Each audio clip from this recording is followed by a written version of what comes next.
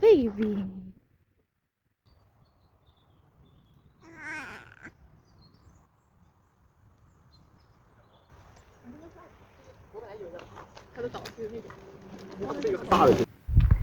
Karibuni katika new video nyingine, na leo hii niko katika maeneo ya Sveti Stefani, sehemu maarufu sana hapa Montenegro. How it looks like. Niko hapa ndugu zanguni, nimekuja kutembea hapa. Mtu anauliza unapoenda kufanya malipo ni lazima utumie cash au unatumia kadi? Kweli kadi inatumika na pia cash inatumika. Lakini zipo institution au niseme baadhi ya service uweze kuzipata bila kutumia kadi. Zipo lakini sio sehemu zote. Yaani sio sehemu zote. Kiasi kwamba kama umekosa wilaya fulani au sehemu fulani kupata huduma hiyo kwa sababu ya kadi, unaweza ukaenda sehemu nyingine ukapata huduma ile ile kwa keshi. Hiyo inawezekana. Kwa hiyo sio sehemu zote kwamba eti Montenegro lazima utumie au sema uweze kupata huduma bila kuwa na kadi. Hapana. Kwa hiyo unaweza ukatumia kadi na unaweza ukatumia keshi. Jamani, hapa ndo Sveti Stefani ni Amika. Mandhari yake ni mazuri, na hii ni mida ya jioni. Nimekuja kutembea hapa na kababy. Majira yamechipua, basi utafaidi sana ukija Montenegro kwa sababu kunakuwa hali iko shwari. Hakuna msongamano wa watu, mazingira yanakuwa tulivu, yaani unaenjoy vilivyo. Unaona Kwa hiyo ukitaka kutembea basi uje majira haya mengine. Lakini msimu wa kiangazi kunakuwa na watu wengi kwa sababu watalii kutoka nchi mbalimbali huwa wanakuja Montenegro. Karibuni sana Montenegro. Maisha yako poa sana, yako kawaida, yani kawaida sana.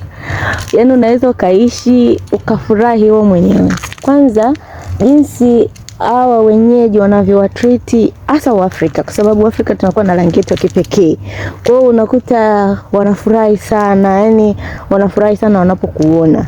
Kwa sababu Montenegro Waafrika ni nadra sana. Wengi na waona kipindi cha sama, yani kipindi cha kiangazi, ambapo wengi sana wanakuwa wanatokea England, yani Uingereza, na asilimia kubwa ni wa Nigeria, Kenya, Uganda ndo wengi. Tanzania sijapata kukutana na Mtanzania. Alikujaga mara moja tu na hatukubahatika kukutana, lakini tokea hapo sijawahi kukutana na Mtanzania hapa Montenegro. Lakini all in all, Montenegro ni nchi ambayo iko poa sana. Maisha yake yako kawaida sana. Unaweza kuona ubaguzi wa rangi. Montenegro wanapenda sana kuenjoy nature, kupita kutembea majira ya jioni. Kifupi, watu wake ni wakarimu sana, sio wachokozi. Wanapenda marafiki wapya. Kwa hiyo yani hali iko shwari, inapendeza, inavutia, sio siri. Hapa ndo Sveti Stefani, na hiki ndo kisiwa cha Sveti Stefani. Ni kisiwa maarufu sana hapa Montenegro. Yaani ufike Montenegro, kitu cha kwanza kabisa utakachokisikia ni kisiwa cha Sveti Stefani, Kotori, Budva. Sasa hii hapa ndo kisiwa cha Sveti Stefani na mimi niko hapa. Kisiwa ambacho kipo mazingira ya pwani. Tuko hapa karibia na pwani ya Adriatic. Na hivi ndivyo inavyoonekana msimu huu wa baridi. Mazingira ni mazuri sana, yanavutia, sio siri, yanapendeza. Yaani Mungu amejua kupangilia milima na watu wamejua kupangilia majengo. Kwa kweli panapendeza, miti, sio siri, panapendeza sana na panavutia. Hivyo mtoto wangu anapenda sana kupata hewa safi. Nikimleta hapa huwa ana enjoy na anakuwa calm. Kwa hiyo kwa kifupi ni sehemu nzuri sana, inapendeza, sio siri, inavutia.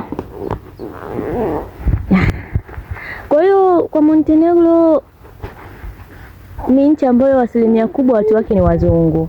Afrika tuko wachache sana, na kwa mfano kama eneo ambalo mimi naishi almost niko mwenyewe tu. Wengi wao wanakujaga kwa msimu na kuondoka. Lakini kwa mimi ndo niko mwenyewe tu hapa, lakini nafurahi na na enjoy, sio siri. Watu wake majirani zangu ni wakarimu, ni wazuri, ila kama unavyojua maisha ya Ulaya ni maisha ambayo yako busy sana, ila kwa Montenegro maisha yako slow, yako ya upole sana. Maisha ya upole sana, maisha ya very slow.